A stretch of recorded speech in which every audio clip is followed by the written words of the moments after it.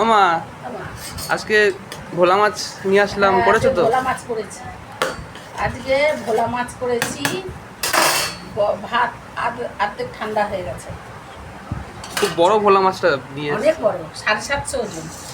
আচ্ছা, এটা হচ্ছে পুঁই শাক, আলু দিয়ে সর্ষে বেটে পেঁয়াজ ফোড়ন দিয়ে। মাছের কিছু দিয়েছো নাকি? না না না না, এমনি শুধু। আর এটা কি? শুকনো। এটা হচ্ছে মাছের তরকারি। থালা, হ্যাঁ আমার কাছে দে। মাছের টাকার সাইজ দেখো একটা তুলে দেখাচ্ছি। আরে মাছ তুলবো কি, পুরো রুই মাছের মতো সাইজ। হ্যাঁ, কোন দিকে কোন মাছ আমি নিজেই বলতে পারি না। এই যে বড় আছে। কি মাথাটা নাকি? না না, এটা মাথা, এটা হ্যাঁ, হ্যাঁ, মাথা দেখলেই বোঝা যাবে বড় এই যে সাইজের মাছ। মাছের মাথাটা। আর কই? 750 ওজন। আর এই যে আর আর কি করেছো?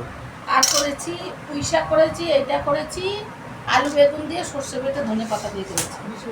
আর ইলিশ মাছের তেল। এই যে ইলিশ মাছ তো 3খানা নিয়ে এসেছি আজকে। হ্যাঁ, কেটে রেখে দিয়েছি। 1200 কম দামেই পাওয়া গেছে, 600 হ্যাঁ। 600 করে।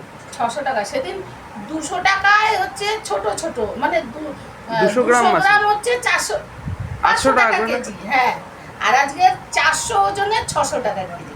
কমই পাওয়া গেছে। হ্যাঁ, কমই পাওয়া গেছে। এই রান্না তাহলে আজকে। আজ এই রান্না ইলিশ মাছ রেখে দিয়েছি,